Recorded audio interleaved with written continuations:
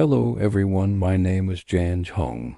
I am from Vietnam, and this is part 1 of the 1000 why questions in life. Thank you for your interest and support. Thank you very much. Why do I live the way I do? Have you ever stopped to really ask yourself that? Not in a passing thought, but with genuine curiosity. Why do I wake up feeling rushed every single morning, as if I'm already behind before the day has even started? Why do I repeat the same patterns day in and day out, like I'm stuck in a loop I can't break free from? It's a strange thing, isn't it? To know what's wrong, to see the behavior that's holding you back, and yet still do it. It's like watching a movie where you know the character is about to make a mistake, and you're screaming at the screen, but the character is you. So you keep making the same choices, expecting a different outcome. And what about silence? Why do I avoid silence? Why do I fear being alone with my own thoughts? The moment there's a quiet gap in the day, what's the first thing we do? We reach for our phones, we scroll. We scroll instead of thinking. We fill every empty space with noise, with content, with anything to distract us from what's going on inside. Why do I numb myself instead of facing myself? It's easier to get lost in a sea of endless videos and updates than it is to sit with the uncomfortable truths that are waiting for our attention. This is what it feels like to live on autopilot. You go through the motions, ticking off boxes, but you're not really present. You're not really living. You're just existing. And in this state, we postpone our own lives. We tell ourselves, I'll start tomorrow, or I'll do it when I feel ready, or I'll get to my dreams after I finish this one last thing. But that postponement is a form of lying to ourselves, isn't it? Why do I lie to myself? Why do I pretend I don't know what I need to do? Deep down, we almost always know.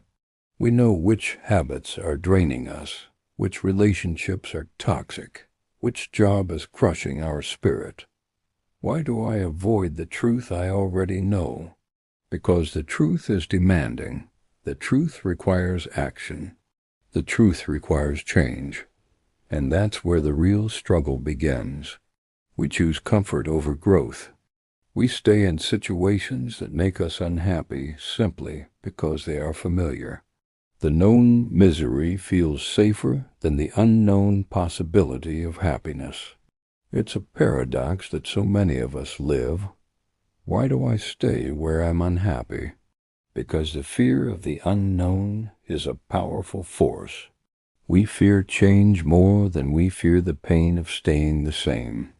The job we hate, the city we've outgrown, the relationship that's run its course, they become comfortable cages.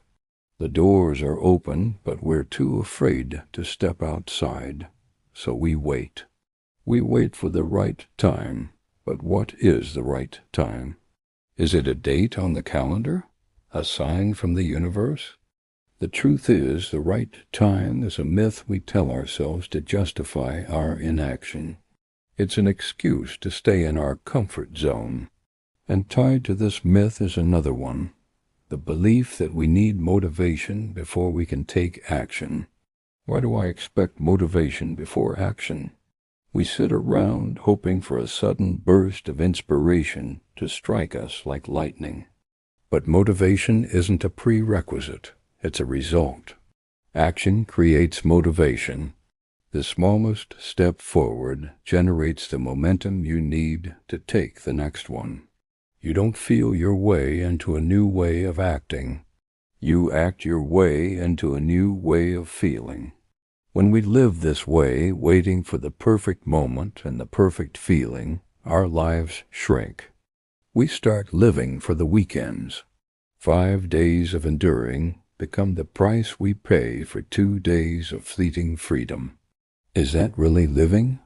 Or is it just a long, slow negotiation with unhappiness? This cycle is exhausting, and it's fueled by one fundamental betrayal. We ignore our inner voice, that quiet, persistent whisper inside that tells you when something is wrong. That gut feeling that says, "This isn't for you." Why do I ignore my inner voice? Because listening to it would mean we have to change. It would mean we have to take responsibility for our own happiness. And so, in small ways and big ways, we betray ourselves daily. Every time we say yes when we mean no, every time we scroll instead of create, every time we stay silent when we should speak up, we commit a small act of self-betrayal. These acts accumulate, eroding our self-trust and self-respect until we barely recognize the person staring back at us in the mirror. So I ask you again, and I ask myself, why do I live the way I do? These questions aren't meant to make you feel bad. They're not accusations. They are invitations. They are doorways to awareness. Because the moment you truly ask yourself why, you switch off the autopilot. You begin the process of taking back control. You move from being a passive passenger in your life to becoming the driver. The first step is always awareness. You can't change what you don't acknowledge.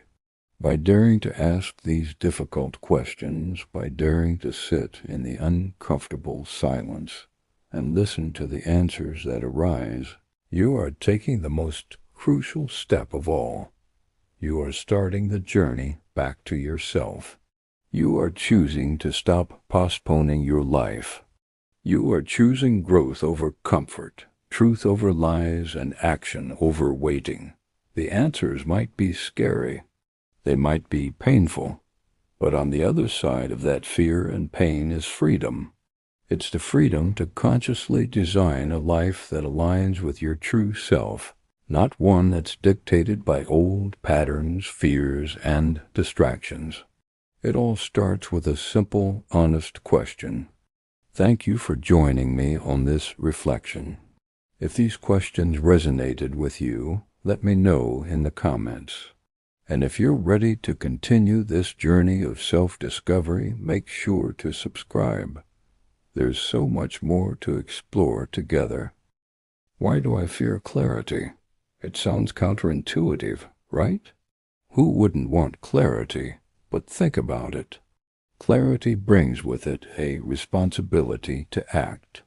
Once you see the path clearly, you can no longer pretend you don't know the way. The fog of confusion is a comfortable place to hide, shielding you from the difficult choices that clarity demands.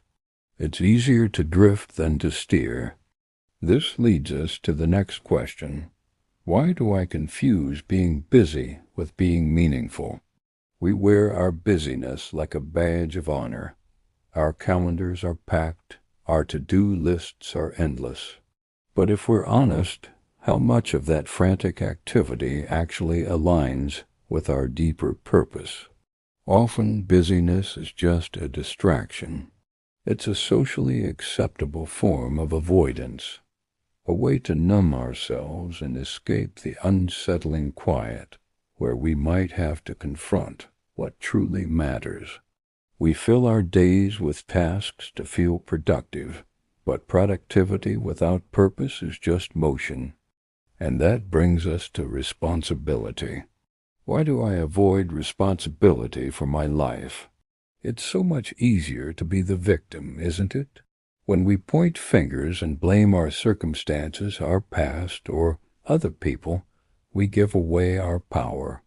Taking full responsibility is terrifying because it means admitting that we are the architects of our own lives, for better or for worse. It means there are no more excuses. If you don't like your life, it's up to you, and only you, to change it. That's a heavy burden, but it's also the source of all our freedom. So why do I blame circumstances? Because it absolves us. If the economy is bad, if my boss is unfair, if I didn't have the right opportunities. These are all stories we tell ourselves to feel better about where we are. Blaming the external world is a defense mechanism. It protects our ego from the painful truth that maybe, just maybe, we could have done more. We could have tried harder, been braver, or made different choices. It's a shield against the sting of regret. This habit of blaming leads directly to procrastination on a grand scale. Why do I delay difficult decisions? Because difficult decisions have real consequences. Choosing one path means closing the door on others. We are haunted by the what-ifs. What if I make the wrong choice? What if I regret it? So we linger in the hallway of indecision, hoping the choice will be made for us or that the perfect, risk-free option will magically appear. But indecision is itself a decision. It's a decision to let life happen to you rather than for you. And in that state of indecision, we often find ourselves settling. Why do I settle for less than I want? Because it's safe. The job that's just okay, the relationship that's comfortable but uninspiring, the life that is predictable. Going after what you truly want is a risk. It requires courage, effort, and the willingness to face potential failure and disappointment. Settling feels like the pragmatic choice, the adult choice. But deep down, it's a betrayal of the person you could become. It's a quiet surrender, which is truly ironic because we also ask, why do I fear my own potential? This is one of the deepest human paradoxes. We are just as afraid of our light as we are of our darkness. To truly step into our potential means leaving our comfort zones behind. It means being visible, being judged, and carrying the weight of new expectations. Success brings its own pressures. We worry if we can handle it, if we deserve it, or if we'll lose it all. It's often easier to play small than to rise to the challenge of our own greatness. And so we shrink ourselves. Why do I shrink myself?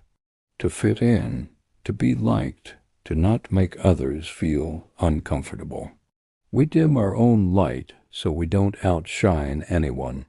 We water down our opinions, hide our quirks, and present a more palatable, smaller version of ourselves to the world. We do this for social acceptance, fearing that our true, unfiltered self might be too much for people to handle. We become a smaller target, less likely to be criticized or rejected. This self-shrinking is fueled by a core avoidance. Why do I avoid deep questions? Questions like, what is my purpose? Or am I truly happy? Are terrifying. The answers might demand radical change. They might reveal that the life we've so carefully constructed is built on a foundation of sand. It's easier to skim the surface of life, focusing on daily distractions, than to plunge into the depths of our own soul and see what we find there. The truth can be disruptive. So we choose escape. Why do I escape instead of facing reality? Our modern world is an all-you-can-eat buffet of escape routes. Social media, binge-watching, endless news cycles, overworking, overeating, these are all forms of anesthesia. They are temporary fixes to numb the discomfort of our reality. Facing our problems head-on is painful. It requires strength and resilience. Escaping is easy and instantly gratifying, but it never solves the underlying issue. It just postpones the inevitable confrontation with ourselves. And this leads to the ultimate fear. Why do I fear knowing who I really am? Because what if we look inside and don't like what we see? What if we're not as good or as strong or as interesting as we hope. The unknown self is full of potential, both good and bad. The known self is finite. It has flaws, contradictions, and a dark side. To truly know yourself is to accept the whole package, the messy and the magnificent. Many of us would rather live with the idealized fantasy of who we could be than the complex reality of who we are. This fear prevents us from building a solid foundation. Why do I avoid defining my values? Values are our internal compass. They guide our decisions and give our life direction and meaning. But defining them is hard work. It requires deep introspection and forces us to make a stand. It's much easier to simply adopt the values of our family, our culture, or our social circle, to live by a pre-approved script. Defining our own values means drawing lines in the sand, and it might put us at odds with the people around us. And without that internal compass, we end up living by default. Why do I live by default, not by design? A life by default is a life of reaction. You react to emails, you react to social pressures, you react to what's expected of you. A life by design is a life of intention. You proactively decide what you want and you build your life around it. Most of us are living by default because it requires less effort and less courage. It's the path of least resistance, but it rarely leads to a place of fulfillment. This passive approach means we often let others decide our path. Our parents, our teachers, our partners, society. They all have a plan for us, and it's tempting to follow it. It's a proven map, a safer bet. Forging your own path is scary. There's no map, no guarantee of success. It requires an immense amount of trust in yourself, and many of us haven't cultivated that trust. We outsource the biggest decisions of our lives because we don't trust ourselves to make them, which all circles back to a fundamental fear of choice. Why do I fear choosing? Every choice is a small death, the death of all other possibilities. This can feel paralyzing. We want to keep our options open forever, but a life of open options is a life of inaction. True commitment to a person, a career, or a path is what gives life its depth and richness. We fear choice because we fear commitment and the loss of infinite potential. Hand in hand with this is the fear of being wrong. Why do I fear being wrong? We are taught from a young age that being wrong is bad. It means failure. It means you're not smart enough. So we play it safe. We stick to what we know. We don't venture opinions unless we're sure. But being wrong is essential for growth. It's how we learn. It's how we discover new things. A fear of being wrong is a fear of the learning process itself. And then there are the social fears. Why do I fear being seen? To be truly seen is to be vulnerable. It means people will see your flaws, your insecurities, your imperfections. It's safer to hide in the crowd, to be just another face. When you are visible, you are open to judgment, criticism, and rejection. Hiding feels like protection. This is why we fear standing out. Why do I fear standing out? The nail that sticks up gets hammered down. Human beings are tribal creatures. Our survival once depended on fitting in with the group. That ancient fear is still wired into our brains. Standing out feels dangerous. It can lead to isolation or ridicule, so we conform. We dress the same, talk the same, and think the same, all for the feeling of safety that comes with belonging. And that brings us to the deepest relational fear. Why do I fear standing alone? To stand for your own beliefs, to walk your own path, sometimes means you will have to walk it alone, at least for a while. The fear of loneliness is profound. We fear that if we are truly ourselves, no one will join us. We will be abandoned. So we compromise our integrity to maintain our connections, sometimes losing ourselves in the process. Finally, in a world that worships movement and progress, we must ask, why do I fear standing still? Silence, stillness, pausing. These things are deeply uncomfortable for the modern mind. In the stillness, the things we are running from catch up to us. The unanswered questions, the unresolved feelings, the deep-seated anxieties. We fear that if we stop moving, we will be overwhelmed. But it is only in the stillness that we can truly hear ourselves. It is only when we stop running that we can find our true direction. These are not easy questions, and there are no simple answers. The goal for today wasn't to solve them, but simply to have the courage to ask. This is the first step.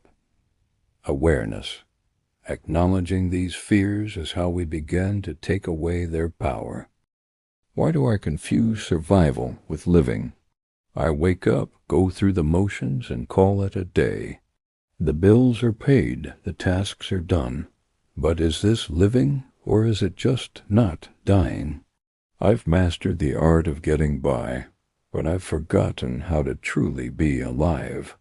It's a question that echoes in the quiet moments, a whisper that asks if there's something more than this relentless cycle of mere existence.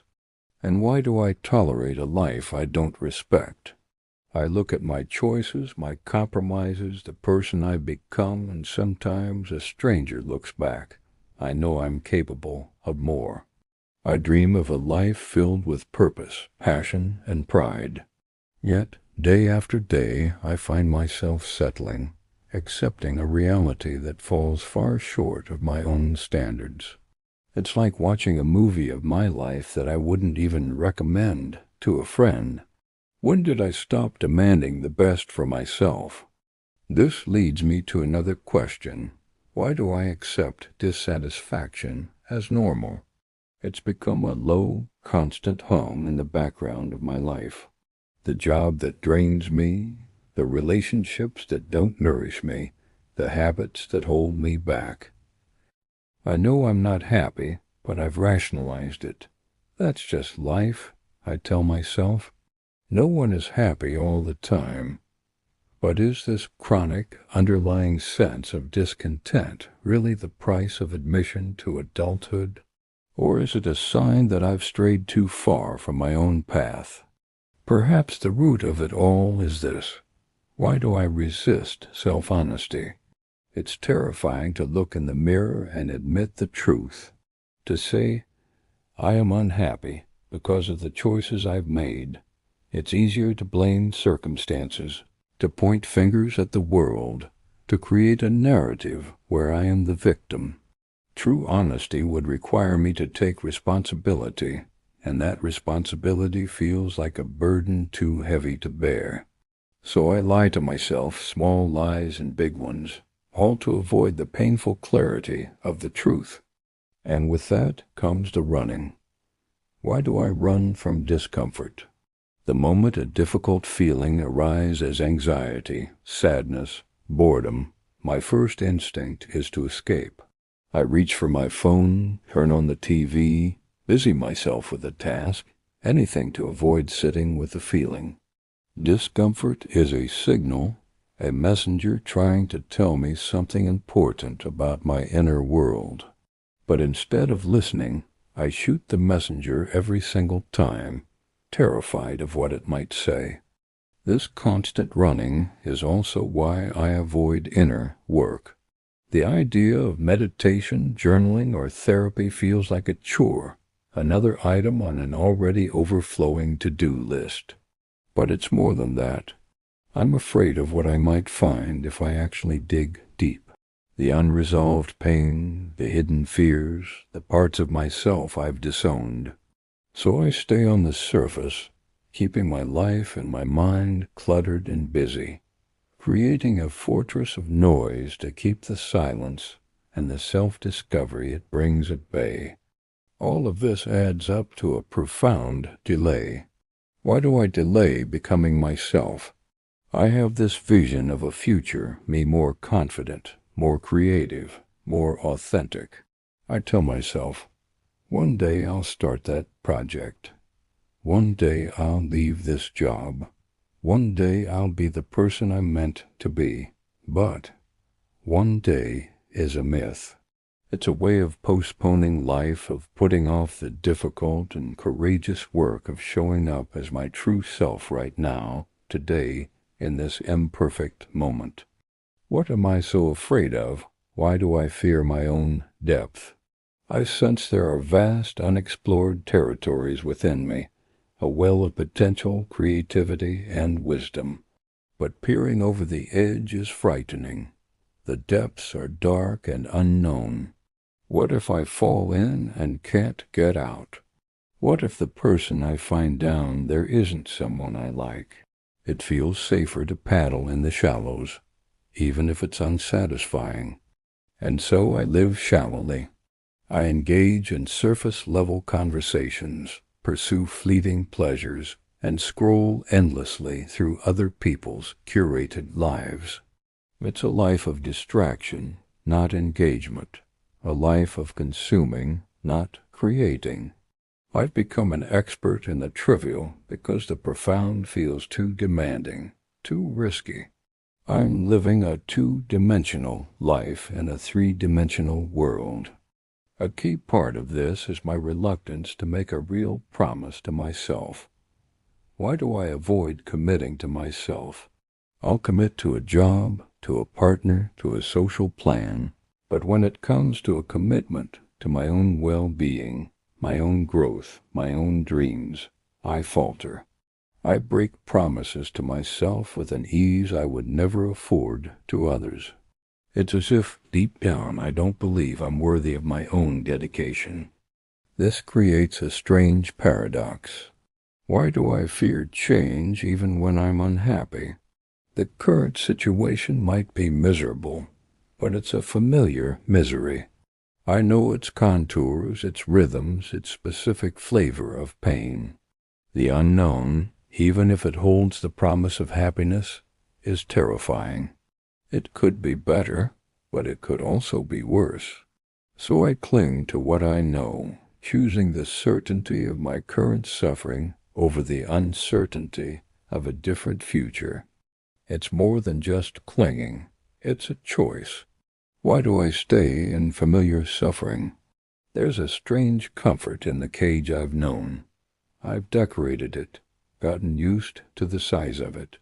Leaving it would mean facing the vast, overwhelming freedom of the open sky.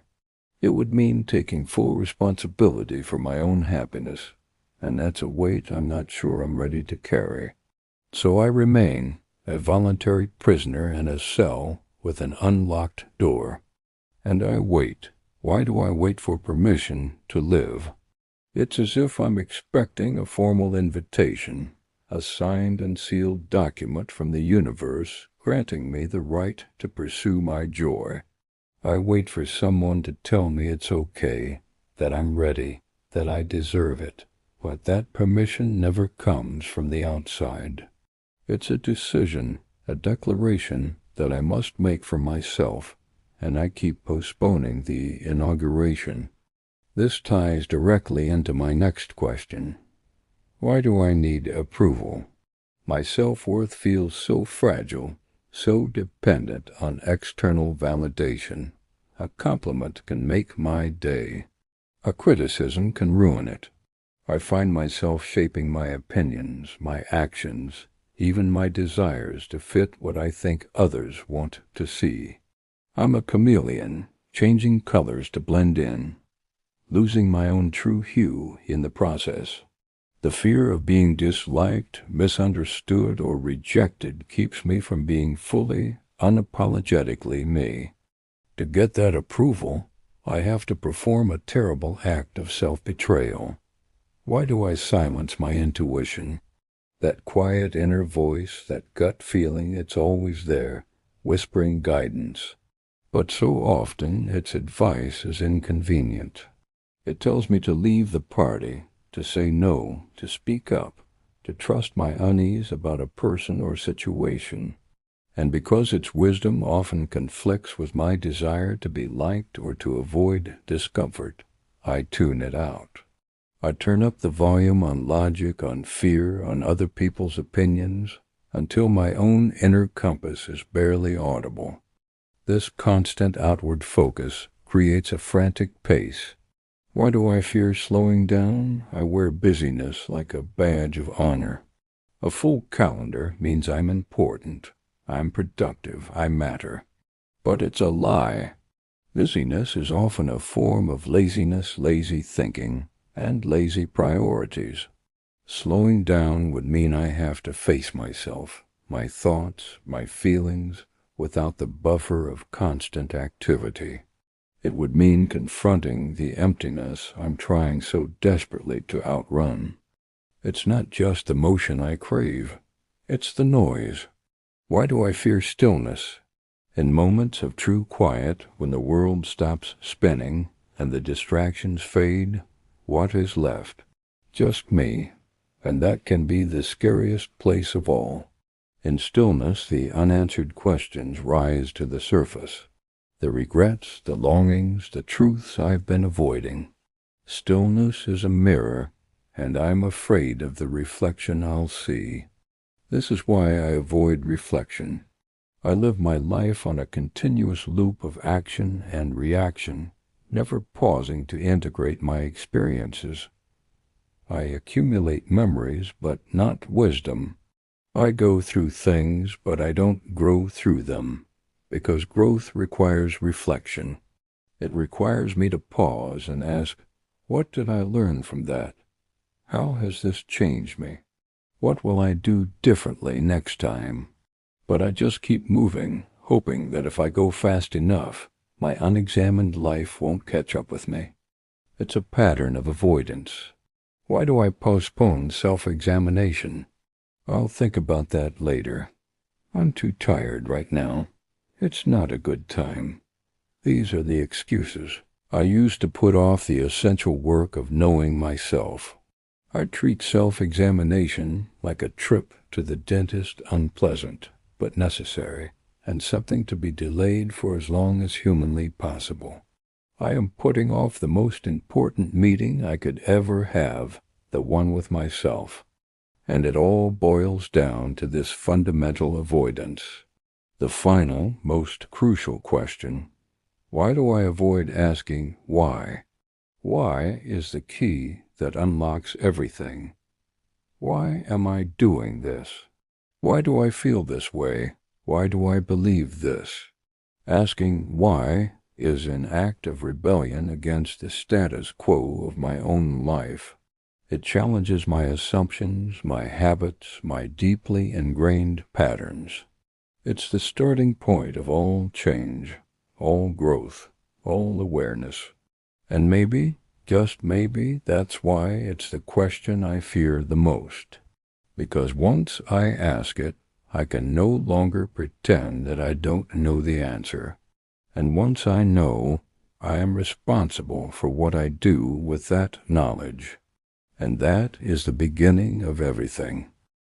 Have you ever felt stuck, like you're living on autopilot, letting your habits define who you are? You know, you wake up, and it's the same routine, the same thoughts, the same limitations. You tell yourself, this is just who I am. But is it?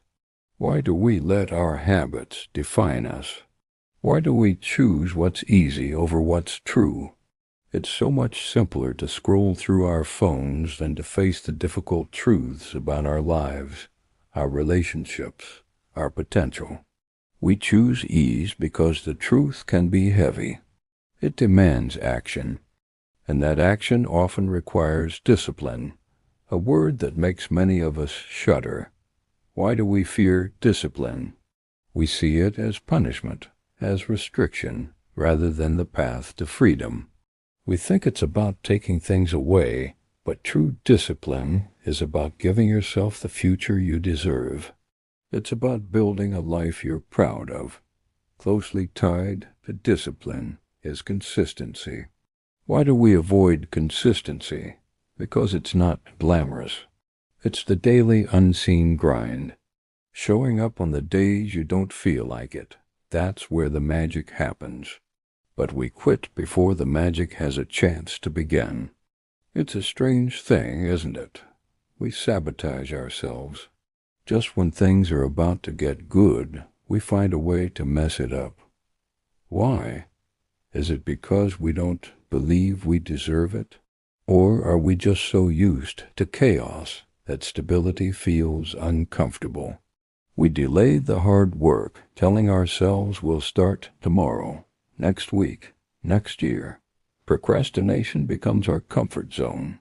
We escape responsibility, blaming circumstances, blaming others, blaming anything but our own choices.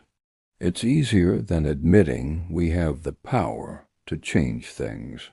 We resist taking ownership of our own lives, because ownership means there are no more excuses. It's all on you. And this leads to a strange paradox.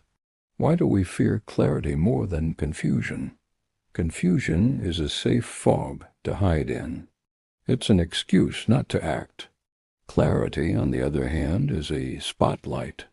It shows you the exact path, and once you see the path, you're accountable for walking it. So we stay confused. We also choose comfort over meaning. We chase fleeting pleasures and distractions because a life of meaning requires sacrifice, it requires effort, and it often involves pain. But a comfortable life is not always a fulfilling one. We chase comfort, but what we truly crave is purpose. The journey to that purpose is filled with fear. First, there's the fear of starting. That blank page, that empty canvas, that first day at the gym. The beginning is intimidating because it's a commitment. We ask, what if I'm not good enough? But then, there's also the fear of finishing. Why do we fear finishing what we start? Because finishing means our work will be judged. It will be out in the world, and it might not be perfect. As long as it's a work in progress, it's safe. It still holds infinite potential. Completion makes it finite. And what about commitment itself? Why do we fear commitment so deeply? Whether it's to a person, a project, or a path, commitment means closing other doors. It means choosing one thing and giving it your all without a safety net. It's terrifying. And of course, there's the big one, the fear of failure. This fear paralyzes us. It keeps us from even trying. We'd rather not play the game at all than risk losing. We build our lives around avoiding failure, and in doing so, we avoid any chance of real success. But here's the twist. We also fear success. Sounds crazy, right? But think about it. Success brings new responsibilities, new expectations, new pressures. It raises the bar. People will be watching. You'll have to keep performing at that new level. Success changes everything, and that change is scary. It forces you to change your identity. And why do we fear changing our identity? Because we've spent our whole lives building the one we have. It might not be perfect, but it's familiar. It's known. We cling to who we were. We replay old stories, old wounds, old versions of ourselves because they're comfortable. The past is a well-worn sweater, even if it's full of holes. We know how it fits. In clinging to the past, we actively avoid who we could be. That future self, the one who is disciplined, courageous, and fulfilled, feels like a stranger. We don't know them. We're not sure we even like them. And so we delay becoming ourselves. We put off the journey of self-discovery and self-actualization, telling ourselves there's always more time. But is there? This delay means we live halfway. We're half in on our relationships, half in on our careers, half in on our dreams. We exist in a state of perpetual limbo, never fully committing, never fully experiencing, never fully living. We live a life of almosts and what-ifs. These aren't just questions. They are mirrors. Look into them. What do you see? Acknowledging these patterns is the first, most powerful step toward changing them. It's the beginning of reclaiming your life, of choosing truth over ease and meaning over comfort. It's the start of finally, truly becoming yourself. Have you ever felt like you're just going through the motions, like you're a passenger in your own life? It's a strange feeling, isn't it? As if you're watching a movie of your life instead of actually living it. Today we're going to dive deep into that feeling. We're going to ask ourselves some tough questions, not to feel bad, but to wake up. This is the first step in a journey toward awareness and self-discovery.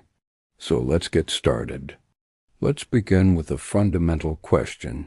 Why do I numb my awareness? It's often a defense mechanism. The world can be overwhelming, and our own thoughts can be even more so. Numbing ourselves feels like a shield, a way to soften the blows of reality. But this shield also blocks out the good, the beautiful, the moments that make life worth living. It keeps us from truly feeling anything at all. This leads us to the next question. Why do I resist growth? Growth is inherently uncomfortable. It means stepping out of our comfort zone, facing the unknown, and admitting we don't have all the answers. It's much easier to stay where we are, in the familiar territory of our current selves. But stagnation is the enemy of a vibrant life. Resisting growth is like refusing to let a flower bloom. We deny ourselves the chance to see what we're capable of becoming. And that brings us to discomfort. Why do I avoid discomfort? Our brains are wired to seek pleasure and avoid pain. It's a survival instinct. Discomfort, whether it's physical, emotional, or mental, signals a potential threat, so we run from it. We change the subject, we scroll through our phones, we do anything to avoid sitting with that feeling. But here's the secret. Discomfort is the compass pointing toward growth. The things that challenge us are the things that change us. By constantly avoiding discomfort, we're avoiding our own evolution. And how do we avoid it? That's our next question. Why do I escape into distractions? Think about it. The moment you feel a pang of boredom or a whisper of a difficult emotion, what's your first instinct? For many of us, it's to reach for our phone, turn on the TV, or find some other way to occupy our minds. Distractions are the modern-day anesthetic for the soul. They provide temporary relief, a quick hit of dopamine that makes us forget what we were trying to avoid. But they are a trap. They keep us from addressing the root cause of our unease, leaving us stuck in a cycle of temporary fixes. This constant escape leads to a state of unconscious living. So we must ask, why do I live unconsciously? It's like driving a car on autopilot. You might get to your destination, but you won't remember the journey. You miss the scenery, the turns, the experience of driving. Living unconsciously means we're not present. We're reacting to life based on old programming and habits, rather than making conscious, deliberate choices. We're letting the past dictate our present, and we're not even aware of it. Part of this unconscious state is ignoring what's happening inside. So why do I ignore inner signals? That gut feeling, that sense of unease, that quiet voice telling you something isn't right, those are your inner signals. They are your personal guidance system. We ignore them because they often tell us things we don't want to hear. They might tell us to leave a comfortable but unfulfilling job, or end a relationship that isn't healthy, or face a truth about ourselves. Listening requires courage. Ignoring them seems easier in the short term, but it leads us further and further away from our authentic path. Ultimately, all of this comes down to fear. Why do I fear awareness? Because awareness brings responsibility. Once you see the truth, you can't unsee it. Once you become aware of your patterns, your choices, and their consequences, you are called to do something about it. Awareness dismantles the convenient illusion of powerlessness. It places the steering wheel firmly back in your hands, and that can be terrifying. It's the fear of what we might find if we truly look within, and the fear of the change that awareness demands. This fear is why we avoid waking up. It's like hitting the snooze button on your soul. We tell ourselves just 5 more minutes in the comfortable dream of our unconscious life. We postpone awakening because we're afraid of the light. We've grown accustomed to the dark, and the brightness of self-awareness can feel jarring. We'd rather stay asleep where we don't have to face the challenges and responsibilities of a fully conscious life. This is why we postpone awakening, always promising ourselves we'll start tomorrow. The result of this constant postponement? We sleepwalk through life. Ask yourself, why do I sleepwalk through life? It's a state of being physically present, but mentally and emotionally absent. You go through the daily routines, work, eat, sleep without any real engagement or joy. Your days blend into one another, and you wake up one day wondering where the years went. Sleepwalking is existing without living. It's a tragedy because this one precious life is passing by, and we're not even awake to experience it. A key part of staying asleep is avoiding accountability. Why do I avoid accountability? Because accountability means owning our part in our own lives. It's easier to blame our parents, our boss, our circumstances, or the world for our problems. Playing the victim can feel strangely comforting. It absolves us of the responsibility to change, but it also renders us powerless. True power begins the moment we take full accountability for our choices, our feelings, and our lives. It's about saying, this is my life, and I am responsible for it. This external blame is often a way to avoid the real battle. So we ask, why do I avoid confrontation with myself? This is the ultimate confrontation. It's looking in the mirror and seeing not just the good, but also the shadows, the flaws, the parts of ourselves we'd rather deny. It's about facing our own contradictions and hypocrisies. This inner confrontation is scary because there's nowhere to run. It's just you and your truth. But it's also the most powerful confrontation you will ever have, because it's the gateway to true self-acceptance and change. Confronting ourselves requires a radical commitment. Why do I resist self-honesty?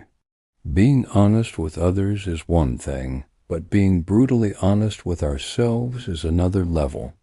It means admitting when we're wrong, when we're scared, when we're jealous, or when we've acted out of ego. Self-honesty strips away the comfortable lies we tell ourselves. It can be painful, like ripping off a bandage, but underneath that bandage is the wound that needs to heal. Without honesty, true healing is impossible. When we're not honest with ourselves, we can't live with intention. So why do I live without intention? An intentional life is one that is designed, not defaulted. It means making conscious choices about who you want to be and how you want to live. Living without intention means you're just floating along, guided by the currents of circumstance and the expectations of others.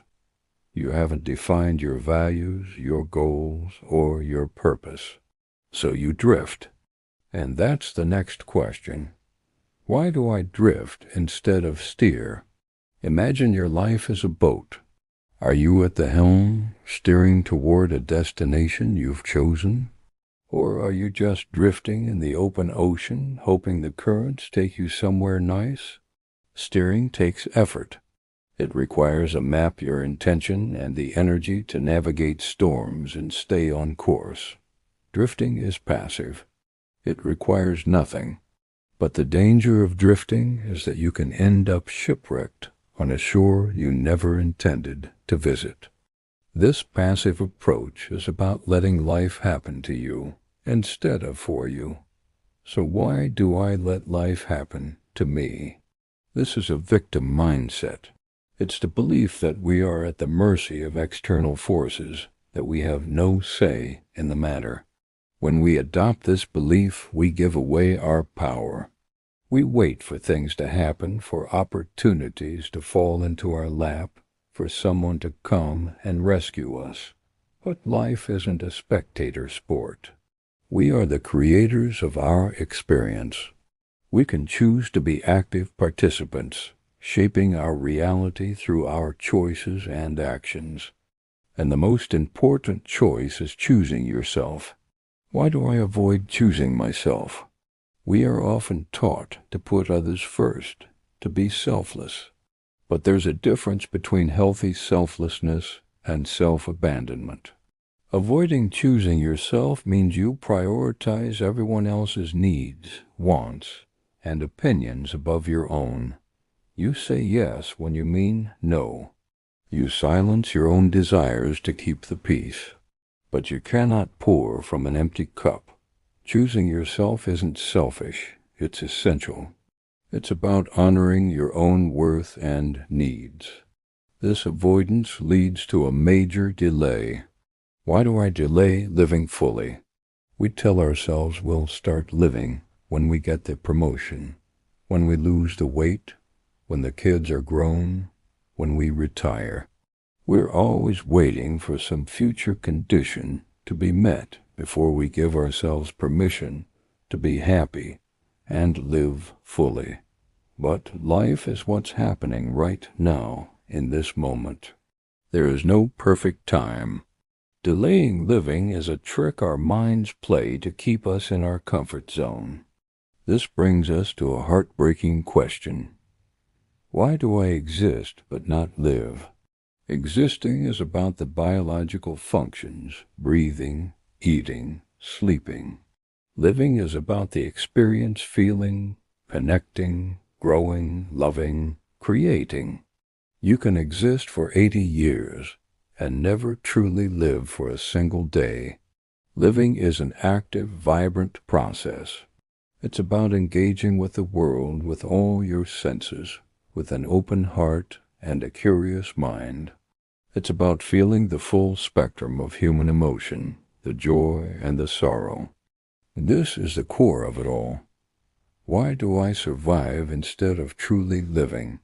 Survival mode is a state of constant stress and fear. You're just trying to get through the day, to make it to the weekend. Your focus is on avoiding threats and managing problems. Thriving or truly living is a different state altogether. It's about creation, expansion, and joy. It's about moving beyond just meeting your basic needs and stepping into a life of purpose and fulfillment. It's a shift from I have to I get to. These questions are not meant to be answered in a single day. They are invitations. Invitations to look within, to become more aware, and to start the journey of waking up to your own life.